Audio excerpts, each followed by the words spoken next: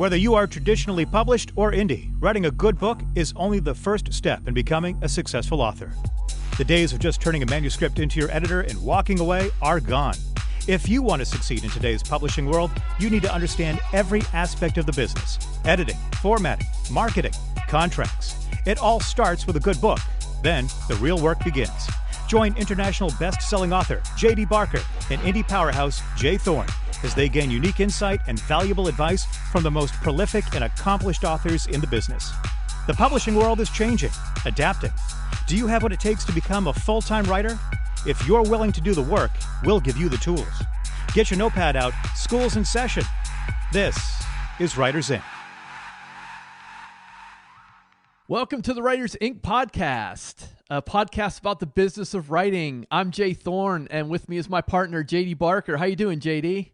I'm doing great. So we got two guys with J as a first name. We can't go wrong. What's your J stand for? My J is strictly an initial. It's my middle initial. It's not my real name. So Okay. The social media handle, James is what it sets up as, but we'll go with J. How about for you? So mine's Jonathan Dillon. And I grew up with, like 5 to 10 Jonathans in every single class from kindergarten on up. So I kind of stuck with JD from pretty early on. Even my brother-in-law, his name is Johnny. So when we get drinking, it gets really confusing. So JD has kind of been the staple for a long time. Perfect. So we got JD and Jay, and we are here to introduce our new podcast called The Writers Inc.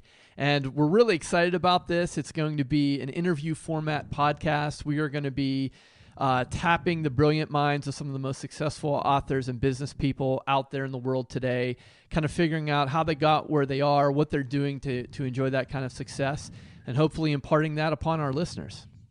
Yeah, I've been looking forward to this because I'm kind of chained to my desk and locked in a little room, churning out book after book.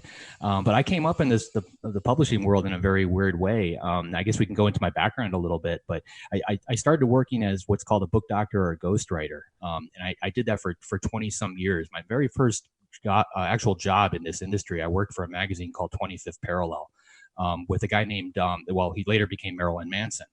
But we didn't know that at the time. But I was kind of the de facto guy there at the magazine for just checking punctuation and grammar and little things like that. People would hand their stories off to me, and I would run through them before they turned them in.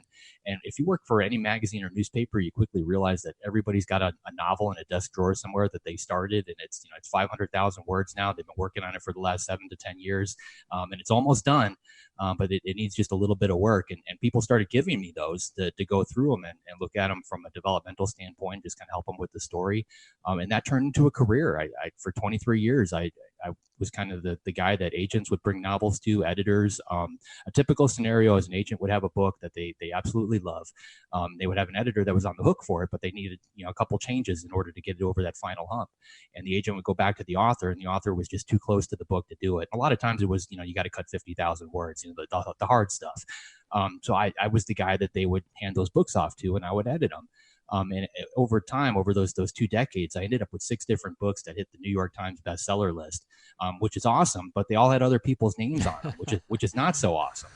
The 6th one hit up in 2012, and my wife pulled me aside, and she's like, "Listen, we need to figure out a way for you to make this full-time writing thing happen." And at the time, I was still working my last day job. I was a chief compliance officer for a brokerage firm, which is as horrible as it sounds. But it pays really good. And we kind of had all the trappings of that. Big house in Florida. We had cars. We had a boat. And our monthly expenses were high. So she came up with this plan. She said, "Okay, this is what we're going to do. I've got family in Pittsburgh. We're going to sell everything that we own in Florida. We're going to buy a duplex and live in one side, rent out the other, and then take a look at the savings account. And whatever's in there, that's basically how we're going to figure out how much time we've got." And we did that. And I remember the day she pulled me aside and she handed me the bank statement. She's like, "Okay, you've got about 18 months to become a full-time writer. Go." and I got lucky. It worked. I ended up selling my second book for a 7-figure deal, and I haven't turned back. Yeah, and it's awesome, man. And all our listeners here who are just tuning in now, make sure you come back for episode 1. We're going to dig into that a lot more, and I'm looking forward to learning a lot from you, JD. I came up through the self-publishing ranks, although I came through a slightly different path. I was a lifelong educator. I spent 22 years as a classroom teacher and a curriculum designer, everything from teaching kindergartners how to read to teaching graduate students how to write. And I was kind of around in that golden age of the Kindle in the 2010, 2011, 2012 gold rush, and have kind of slowly clawed my way into a full-time living as an author. So I'm really excited to kind of share the microphone with you and head into this brand new podcast thing that we're doing here, and hopefully help out some other people. So we're gonna look to publish weekly, mostly interviews. We'll have myself and JD will come in and sort of talk a little bit about the interview. There'll be the interview portion, and we'll kind of wrap it up at the end. We'll try and keep the episodes to that nice 40 to 50 minute sweet spot, and hopefully deliver some great value every week. So. I can't wait. Yeah. Anything else to add before we kind of roll out here and get into recording episode number 1? No, I mean, I've got a 2-year-old at home, so I may kind of break into baby talk every once in a while. If that happens, just kind of bring me back in. But no, I can't wait to get started with this. It's going to be a lot of fun. Excellent. All right, everyone. So make sure you tune in, subscribe, hit that subscribe button, and we're going to start rolling out those podcasts really soon. Thanks for listening to this episode of Writers Inc. Access the show notes and leave a comment at writersincpodcast.com.